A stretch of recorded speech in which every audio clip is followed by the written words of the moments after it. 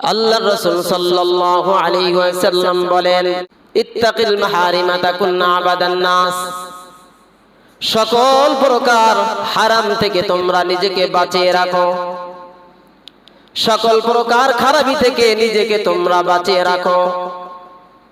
আবাদান নাস তাকুন আবাদান নাস, তাহলে মানুষের মধ্যে তোমরা শ্রেষ্ঠ আবেদ হয়ে যাবে। বলেন সুবহানাল্লাহ। শ্রেষ্ঠ বান্দা যদি হতে চাও, শ্রেষ্ঠ উম্মত যদি হতে চাও, তাহলে সকল প্রকার হারাম থেকে বান্দা ও উম্মত তোমার সকল প্রকার হারাম থেকে নিজেকে বাঁচিয়ে রাখো। প্রিয় মুসল্লি ভাইরা আমার, হতে পারে জবানের হারাম, হতে পারে কান শ্রবণ করার হারাম। নবী আমার কেমন যেন বলতে চান, ইত্তাকিল মাহারিমা তাকুন আবাদান নাস। যত প্রকার হারাম আছে সব হারাম থেকে তোমরা নিজেকে বাঁচিয়ে রাখো। জবানের হারাম, জবান দ্বারা তোমরা মিথ্যা কথা বলো না, মিথ্যা কথা থেকে তোমার জবানকে বাঁচিয়ে রাখো। হারাম জিনিস খাওয়া থেকে তোমার জিহ্বাকে বাঁচিয়ে রাখো। আল্লাহ রাসূল সাল্লাল্লাহু আলাইহি ওয়াসাল্লাম বলেন যে আমার উম্মত দুইটা জিনিস হেফাজতের দায়িত্ব নিবে। এক নাম্বার তার জিহ্বা, দুই নাম্বার হলো তার লজ্জাস্থান। এই দুইটা জিনিস হেফাজতের দায়িত্ব যে আমার উম্মতটা নিবে, আমি নবী তার জান্নাতে যাওয়ার গ্যারান্টি দিয়া দিলাম। বলেন সুবহানাল্লাহ, জোরে বলেন সুবহানাল্লাহ। নবী আমার বলেন, ইত্তাকিল মাহারিমা তাকুন আবাদান নাস। সকল প্রকার হারাম থেকে বেঁচে থাকো। হইতে পারে হাতের গোনা, হাতের হারাম, হইতে পারে পায়ের গোনা, সব প্রকার হারাম থেকে বেঁচে থাকো। প্রিয় ভাইরা আমার, কয়েকটি হারামের কথা বলছি। এক নাম্বার হলো হত্যা করা, মানুষকে হত্যা করা। নবী আমার বলেন, কেউ যদি কাউকে হত্যা করে তাহলে সে বেঈমান হয়ে যায়। বলেন না নাউজুবিল্লাহ। হত্যা করা থেকে বেঁচে থাকো, চুরি করা থেকে বেঁচে থাকো, ডাকাতি করা থেকে বেঁচে থাকো, সুদ খাওয়া থেকে বেঁচে থাকো। এগুলি হারাম নাকি হালাল? বলেন। আল্লাহ তাআলা বলেন, ওয়া আহাল্লাল্লাহুল বাই'a ওয়া হাররামার রিবা। আল্লাহ তাআলা বলেন, ও বান্দা, আমি তোমাদের জন্য ব্যবসাকে করেছি হালাল আর সুদকে করেছি হারাম। ঠিক কিনা? প্রিয় ভাইরা আমার,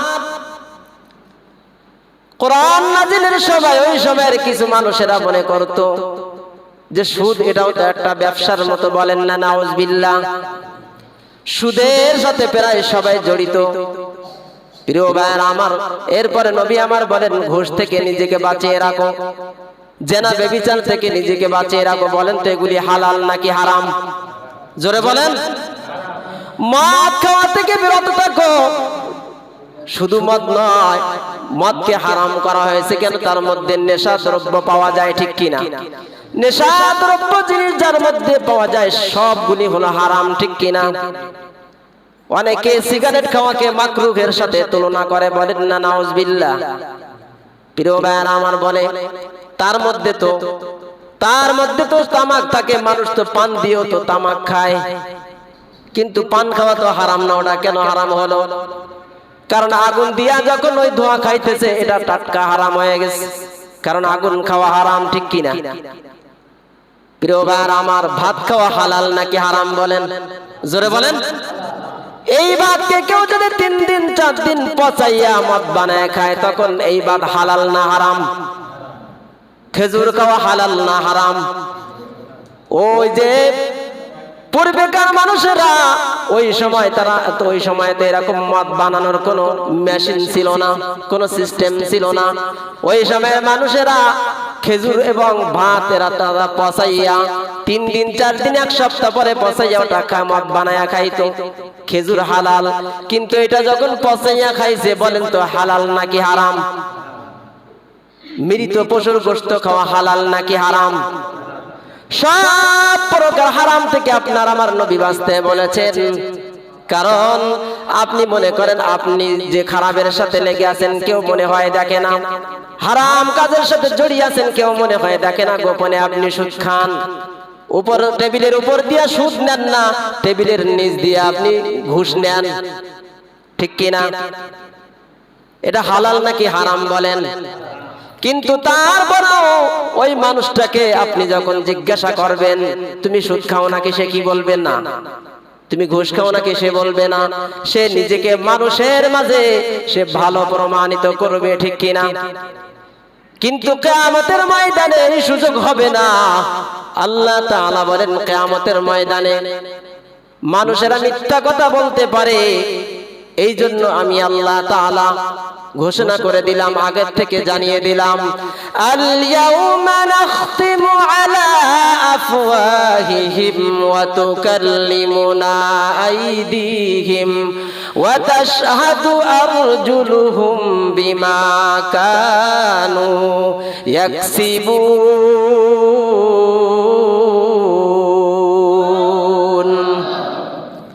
আল্লাহ তাআলা বলেন, ও বান্দা, কিয়ামতের ময়দানে মিথ্যা বলার কোনো সুযোগই তোমার দেওয়া হবে না।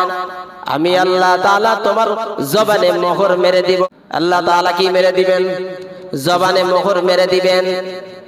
প্রিয় ভাইরা আমার, আল্লাহ তাআলা বলেন তোমার যখন জবান বন্ধ করে দেওয়া হবে, তোমার হাত সাক্ষী দিবে, তোমার পাও সাক্ষী দিবে। তুমি যে জমিনে দাঁড়াইয়া ডাকাতি করছো, জেনা ব্যভিচার করছো, ওই জায়গার জমিন তোমার বিরুদ্ধে সাক্ষী দিবে। প্রিয় ভাইরা আমার, এই জন্য আল্লাহ তাআলার কাছে মিথ্যা বলার কোনো সুযোগ আসেনি। কথা কন, কোনো প্রকার সুযোগ নাই। এই জন্য নবী আমার বলেন, ইত্তাকিল মাহারিমা তাকুন আবাদান নাস। অনেকে দেখবেন বিশাল নামাজ আদায় করে, 5 ওয়াক্ত নামাজ আদায় করে, এমনকি তাহাজ্জুদও বাদ দেয় না। নামাজ আদায় করে আবার হারামের সাথে জড়িত থাকে, ঠিক কিনা বলেন? যতই নামাজ পড়ুক আর রোজা রাখুক আর হজ করুক না কেন, ওই ব্যক্তি আল্লাহর কাছে আবেদ হিসেবে গণ্য হয় না। নবী আমার বলেন, আল্লাহ তাআলার কাছে আবেদ হিসেবে গণ্য হইতে হলে সর্বপ্রথম যে কাজটি করতে হবে সেটি হলো সকল প্রকার হারাম থেকে নিজেকে বাঁচিয়ে রাখতে হবে। কারণ হারাম হলো অপবিত্র, আর আমার আল্লাহ হলেন কি বলেন? জোরে বলতে হবে, আমার আল্লাহ হলেন পবিত্র, ঠিক কিনা? আল্লাহ যেহেতু পবিত্র, আল্লাহ তাআলা পবিত্র জিনিসটাকেই ভালোবাসেন। আল্লাহ তাআলা বলেন, ওয়া ইউহাল্লু লাহুমুত তাইয়্যিবাত ওয়া ইউহাররিমু আলাইহিমুল খাবাইস। আল্লাহ তাআলা বলেন আমি তাদের জন্য হালাল করেছি, পবিত্র জিনিসকে আমি হালাল করেছি। ওয়া ইউহাররিমু আলাইহিমুল খাবাইস, আর আমি আল্লাহ তাআলা অপবিত্র জিনিসকে তাদের জন্য আমি হারাম করেছি। প্রিয় ভাইরা আমার, এই সমস্ত হারাম কাজ থেকে আমরা কেমনে বাঁচবো?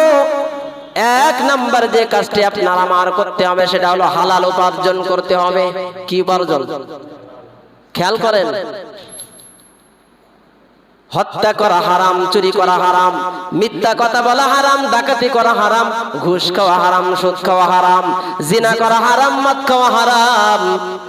এই সকল হারাম থেকে বাঁচার উপায় 1 নাম্বার হলো হালাল উপার্জন করতে হবে। কি উপার্জন বলেন? হালাল উপার্জন করতে হবে। 2 নাম্বার, সন্দেহজনক যত বিষয় আছে সবগুলি থেকে আপনাকে আমাকে দূরে থাকতে হবে। যে বিষয়টির মধ্যে সন্দেহ আছে তার ধারে কাছেও যাওয়া যাবে না। যেমন একটা উদাহরণ দেই, যেমন কাঁকড়া খাওয়া। একদল বলে এটা হালাল, খাওয়া যায়, মাকরুহের সাথে খাওয়া যায়। আরেক উলামায়ে কেরাম বলেন এটা হলো হারাম। সন্দেহ লাগছে কি লাগে নাই? জোরে বলেন। লাগছে। যেহেতু এই জিনিসের মধ্যে হালাল হারামের মধ্যে সন্দেহ লাগছে, এর ধারে কাছেও আপনি যাবেন না। কাঁকড়া না খাইলে তো আপনি মরবেন না, ঠিক কিনা? একদল আলেম বলে এটা হালাল, আরেক দল আলেম বলে এটা হারাম। বলবেন হুজুর আমি কোন দিকে যাব? ওর কোন দিকে যাওয়ার দরকার নেই, আমি সরাসরি খাওয়া শুরু করে দেই। এই সমস্ত হারাম থেকে বাঁচার 2 নাম্বার উপায় হলো সন্দেহজনক বিষয় থেকে আপনাকে আমাকে দূরে থাকতে হবে। 3 নাম্বার, পাপের পথ ত্যাগ করা, পাপের পথ থেকে আপনাকে আমাকে বেঁচে থাকতে হবে। যে পথে গেলে, যে কাজ করলে পাপ হওয়ার সম্ভাবনা আছে, ওই সমস্ত পথ থেকে আপনাকে আমাকে দূরে থাকতে হবে, ঠিক কিনা বলেন? তাহলে 1 নাম্বার কাজ কি? ইত্তাকিল মাহারিমা তাকুন আবাদান নাস। নবী আমার বলেন সকল প্রকার হারাম থেকে তোমরা বেঁচে থাকো। যদি হারাম থেকে তোমরা নিজেকে বাঁচিয়ে রাখতে পারো, আমি নবী গ্যারান্টি দিলাম তাকুন আবাদান নাস, সব মানুষের মধ্যে তুমি শ্রেষ্ঠ আবেদ হিসেবে আল্লাহর কাছে গণ্য হয়ে যাইবে।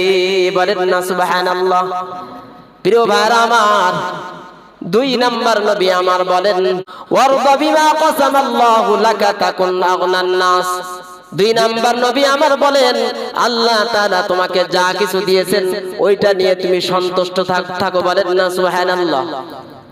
আল্লাহ তাআলা আপনাকে আমাকে যতটুকু দিয়েছেন অতটুকুর উপরে সন্তুষ্ট থাকতে বলেছেন। নবী আমার বলেন আল্লাহ যা দিয়েছেন এর উপরে যদি তুমি সন্তুষ্ট থাকতে পারো তাহলে তাকুন আগনান নাস, মানুষদের মধ্যে তুমি ধনী হিসাবে গণ্য হয়ে যাবে। বলেন সুবহানাল্লাহ। কেমন? আল্লাহ তাআলা যা দিয়েছে আপনি যদি সন্তুষ্ট থাকেন, আপনার আর কোনো কিছুর যদি দরকার না হয়, তাহলে আপনি তো ধনী, ঠিক কিনা? কিন্তু আপনার কোটি টাকা হলো, আপনার চাওয়া আরো 1 কোটি টাকার মালিক আমারও হতে হবে, আরো টাকা চাই, আরো চাই, আরো চাই, তাহলে আপনি কিন্তু ধনী না, আপনি অভাবী, ঠিক কিনা? প্রিয় ভাইরা আমার, এই যে সাতক্ষীরার বসির সাহেব আছে, কোটি কোটি টাকার মালিক ছিলেন, কিন্তু মৃত্যুর সময় প্রায় 250 কোটি টাকার কম বেশি তিনি ঋণী ছিলেন। ওই সময় তার যা সম্পত্তি ছিল সবগুলি হিসাব করে দেখা গেছে সব সম্পত্তি বিক্রি করে দিলেও 250 কোটি টাকা তার সম্পত্তির দাম হবে না। তাহলে কি বোঝা গেল সে ধনী নাকি গরিব? জোরে বলেন। বাজারে শ্রেষ্ঠ ব্যবসায়ী 5 কোটি টাকা ঋণ নিয়ে সে ব্যবসা করছে, তার 5 কোটি টাকার মাল। বলেন তো এই ব্যক্তিটা ধনী নাকি গরিব? জোরে বলেন। গরিব, কারণ সে 5 কোটি টাকা ঋণী। আপনার এত বড় ব্যবসাও নাই, কোটি টাকার মালিক আপনি না, অল্প কিছু টাকা আপনার আয় যা আছে আপনার সংসার খরচ হয়ে যায়। সন্তানদের কাপড় চোপড় দিতেও পারেন, স্ত্রীর তামান্নাও মিটাইতে পারেন, স্ত্রীর চাহিদাও পূরণ করতে পারেন। তাহলে কোটি টাকার মালিক হয়েও যে শান্তি না পাইবে, কোটি টাকা আপনার কাছে নাই, কিন্তু আল্লাহ যা দিয়েছেন এর উপরে সন্তুষ্টি থাকার কারণে আপনার ঘরটা সোনায় সোহাগা হয়ে যাবে, ঠিক কিনা?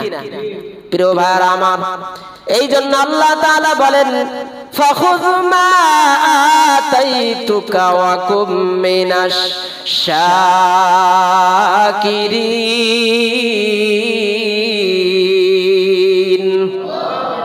আল্লাহ তাআলা বলেন ফাখুয মা আতাইতুকা, তোমাকে যা দেওয়া হয়েছে তুমি সেটাকে গ্রহণ করো, ওয়া কুম মিনাশ শাকিরিন, আর ওইটা পেয়ে তুমি আমি রবের শুকরিয়া আদায় করো। বলেন সুবহানাল্লাহ। প্রিয় ভাইরা আমার, আল্লাহ তাআলা আমাকে যা দিয়েছেন এর উপরে কেমনে সন্তুষ্ট থাকবো? রাসূলের বাণী, 1 নাম্বার রাসূলের বাণী। আল্লাহ রাসূল আমাদেরকে সন্তুষ্ট থাকতে বলেছেন, এই জন্য আল্লাহ যা দিয়েছেন বারে বারে আমরা আল্লাহর ওই নিয়ামতকে সামনে রেখে আমরা বারে বারে উচ্চারণ করব আলহামদুলিল্লাহ, আল্লাহ তাআলা আমাকে যা দিয়েছেন আমি ইহার উপরে সন্তুষ্ট আছি। প্রিয় ভাইরা আমার, এক গরিবকে বিবাহের দাওয়াত দেওয়া হয়েছে। ওই গরিব দাওয়াত পাইয়া বড় খুশি হয়ে গেছে। এবার দাওয়াতে যাবে, কিন্তু 1 জোড়া জুতাও তার না। এখন রাগ করতেছে আর বলতেছে, হায় রে, আমার 1 জোড়া জুতাও নাই যে আমি কেমনে দাওয়াতে যাব। সে এমনকি নিজের উপরে খুব ঝাড়তে আল্লাহর উপরে পর্যন্ত খুব ঝাড়তেছে। সে বলতেছে, হায় রে, আমার 1 জোড়া জুতা কেনার মতো টাকাও আল্লাহ আমার দিল না। এই রাগে আর ক্ষোভে ওই বেচারাটা দাওয়াতে যাওয়ার জন্য হাঁটতেছে। কিছু দূর যাওয়ার পরে দেখে আরেকজন মানুষ উল্টা পথ দিয়ে আসতেছে, তার একটা পাও নাই, কি নাই? পাও নাই। যখন ওই দেখছে যে ওই বেচারার পাও নাই, সাথে সাথে বলছে আলহামদুলিল্লাহ, আমার জুতা নাই তাও কি হয়েছে, আমি তো হাঁটতে পারি, হেঁটে যাইতে পারি। কিন্তু আরেকজন ব্যক্তি আসতেছে, তার তো একটা পাও নাই, সে কেমনে হাঁটবে? তখন ওই সময় শুকরিয়া আদায় করেছে, আলহামদুলিল্লাহ, আল্লাহ তাআলা তো আমার দুইটা পা দিয়েছেন, আল্লাহ তাআলা আপনাকে আমাকে দুইটা চক্ষু দান করেছেন, দুইটা হাত দান করেছেন, দুইটা পা দান করেছেন, মেধা সুন্দর রাখছেন, কথা বলার শক্তি দান করেছেন। এর চেয়ে আল্লাহ তাআলার কাছে কি চাওয়ার আর পাওয়ার আছে বলেন? আল্লাহ আপনাকে যদি কোটি টাকার মালিক বানাইতো, কিন্তু আপনার হাঁটার সক্ষম নাই, আপনার ধরার ক্ষমতা নাই, দেখার ক্ষমতা নাই, এমনটি যদি হয়তো টাকা দিয়ে আপনি কি করতেন? প্রিয় ভাইরা আমার, এই জন্য নবী আমার বলেন, ও আমার উম্মতেরা, তোমরা আল্লাহ তাআলা তোমাদেরকে যা কিছু দিয়েছে, ওয়ারদা বিমা কাসামাল্লাহু লাক, যা কিছু দিয়েছে ইয়া নিয়ে তোমরা সন্তুষ্টি থাকো, তাহলে কি হবে? তাকুন আগনান নাস, মানুষদের মধ্যে তোমরা শ্রেষ্ঠ ধনী হয়ে যাবে। মনের অভাব মুক্তি হলো বড় অভাব মুক্তি। কোটি টাকার মালিক আপনি, কিন্তু মনের অভাব আপনার দূর হয় না। টাকা থাকার পরে আপনার মতো অভাবী আর কেউ নাই। যদি আল্লাহ রাসূল সাল্লাল্লাহু আলাইহি সাল্লামের হাদিস অনুযায়ী, আল্লাহর কালাম অনুযায়ী যদি আপনি ধৈর্য ধারণ করতে পারেন, অল্পতে তুষ্টি থাকতে পারেন, তাহলে ফলাফল কি দাঁড়াবে? এক নাম্বার, ধৈর্য ও কৃতজ্ঞতা প্রকাশ করার মতো সুযোগ আপনার হবে, ঠিক কিনা? দেখবেন অনেকে আল্লাহ তাআলা সুন্দর বাড়ি দিয়েছেন, গাড়ি দিয়েছেন, টাকার মালিক বানিয়েছেন, কিন্তু একবার আলহামদুলিল্লাহ বলবে এটা তার সুযোগই হয় না, ঠিক কিনা? কিন্তু টাকা নাই, পয়সা নাই, তেমন কোনো কিছু তার কাছে নাই, কিন্তু যখন সে আল্লাহ তাআলার কথা অনুযায়ী সে ধৈর্য ধারণ করে, যখন সে সন্তুষ্টি থাকে, তখন তার ধৈর্য ধারণ করা এবং আল্লাহর কৃতজ্ঞতা প্রকাশ করার মতো তৌফিক তার হয়। দুই নাম্বার, প্রকৃত সুখ তার হয়। অল্পতে তুষ্টি যারা থাকে, অল্প টাকার মালিক, অল্প কিছু জমিন আছে, কিন্তু এর মধ্যে সে প্রকৃত সুখ পায়। তিন নাম্বার, আল্লাহর সন্তুষ্টি অর্জন করার মতো সৌভাগ্য তার হয়। চার নাম্বার, অবৈধ পন্থার পরিহার তার সম্ভব হয়। দেখবেন যার আরো চাই, অল্পতে তুষ্টি যে ব্যক্তি হয় না, যেমনি ভাবে ধরতে পারেন, আল্লাহ কাউকে মেম্বার বানিয়েছে, সে যদি ওইটার উপরে সন্তুষ্টি না থাকে, সে মনে মনে ভাবে আগামীতে আমার চেয়ারম্যান হতে হবে, ঠিক কিনা? চেয়ারম্যান হইল, এরপরে আবার মনে মনে ভাবে আমার এমপি হতে হবে, এরপরে মনে মনে ভাবে যে আমার দেশের প্রধান হতে হবে। যখন এই চাওয়ার পাওয়া থাকবে, তখন সে বৈধ পন্থায় আর তালাশ করবে না, তখন সে অবৈধ পন্থায় ক্ষমতায় যাওয়ার চেষ্টা করবে, ঠিক কিনা? এই জন্য যে ক্ষমতা আল্লাহ তাআলা আপনাকে দিয়েছেন, এটার উপরে যদি আপনি সন্তুষ্ট থাকেন, যদি অসন্তুষ্ট না হইয়া যদি এটার উপরে সন্তুষ্ট থাকতে পারেন, তাহলে আল্লাহ তাআলা এর উপরে আপনার একটা শান্তি দান করবেন। কিন্তু যদি না, যে কোনো মূল্যে ক্ষমতা চায়, এরকম যদি স্বভাব আপনার মধ্যে এসে যায়, তাহলে অবৈধ পন্থায় সে ব্যক্তি তালাশ করবে। সে আর পেয়ার পদ্ধতি চাইবে না, সে আর গণভোট চাইবে না, সে চাইবে দিনের ভোট রাত্রে করে যেভাবেই হোক আমাকে ক্ষমতার চেয়ারে বসতে হবে, ঠিক কিনা? জোরে বলেন, ঠিক কিনা? এই জন্য নবী আমার বলেন, ওয়ারদা বিমা কাসামাল্লাহু লাকা তাকুন আগনান নাস, আল্লাহ তোমাকে যা কিছু দিয়েছে এর উপরে তোমরা সন্তুষ্টি থাকো। তিন নাম্বার, ওয়া আহসিন ইলা জারিকা তাকুম মুমিনা। তিন নাম্বার নবী আমার বলেন, ওয়া আহসিন ইলা জারিকা তাকুম মুমিনা, যদি প্রকৃত মুমিন হতে চাও, তাহলে তোমরা তোমাদের প্রতিবেশীদের সাথে ভালো আচরণ করো।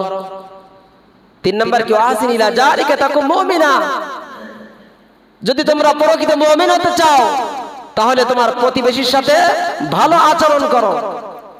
প্রতিবেশী তো দূরে যাক, নিজের ভাইয়ের সাথে ভালো আচরণ নাই, ঠিক কিনা? ওয়া আহসিন ইলা জারিকা তাকুম মুমিনা, নবী আমার বলেন মুমিন হতে হলে পাড়াপড়শির সাথে ভালো আচরণ করো।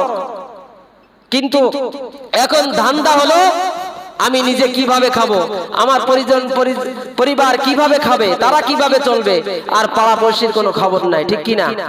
কিয়ামতের ময়দানে আল্লাহ তাআলার কাঠ গড়ায় দাঁড়ায় কিন্তু আপনার জবাব দেওয়া লাগবে। এই জন্য মুমিন হতে হলে শুধু নিজে খাইতে হবে নাকি পাড়াপড়শিকেও খাওয়াতে হবে? বলেন, পাড়াপড়শিকেও খাওয়াতে হবে। এখন সবাই নিজের ধান্দা, নিজের পেট কিভাবে চলবে, এই ধান্দায় সবাই কি ব্যস্ত। প্রিয় ভাইরা আমার, তাহলে 3 নাম্বার হলো আহসিন ইলা জারিকা তাকুম মুমিনা। নবী আমার বলেন পাড়াপড়শির সাথে ভালো আচরণ করো যদি তুমি মুমিন হতে চাও। এরপরে নবী আমার বলেন ওয়া আহিব্বারিন নাসি মা তুহিব্বু লিনাফসিকা তাকুম মুসলিমা। নবী আমার বলেন নিজের জন্য যেটা পছন্দ করো ওই জিনিসটা তোমার অপর ভাইয়ের জন্য পছন্দ করো, তাহলে হতে পারবে তুমি মুসলমান। মুসলমান হতে হলে নিজের জন্য যেটা পছন্দ করবে ওইটা তোমার আরেক মুসলমান ভাইয়ের জন্য পছন্দ করো। কিন্তু কি দেখা যায়, নিজের জন্য যেটা পছন্দ করি সেটা আমার অপর ভাইয়ের জন্য পছন্দ করি না, ঠিক কি না? নিজের জন্য যেটা অপছন্দ করি আমার অপর ভাইয়ের জন্য সেটা অপছন্দ করি না।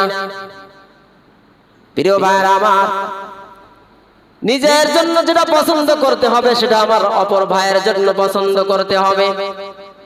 যদি আপনি আর আমি এটা না করতে পারি তাহলে প্রকৃত মুসলমান হতে পারবো না। 5 নাম্বার নবী আমার বলেন ওয়ালা তুকসিরিদ দাহিকা ফাইন্না কাসরাতাদ দাহিকি তুমিতুল কলব। নবী আমার বলেন 5 নাম্বার হলো এ আমার উম্মতেরা তোমরা বেশি হাসবে না, বেশি বেশি কান্না করবে, বেশি হাসবে না। কারণটা কি? বেশি হাসলে দিল মুর্দা হয়ে যায়। বেশি হাসলে কি হয়? দিল মরে যায়। নবী আমার এই 5টা কাজ থেকে আপনাকে আমাকে বেঁচে থাকতে বলেছেন।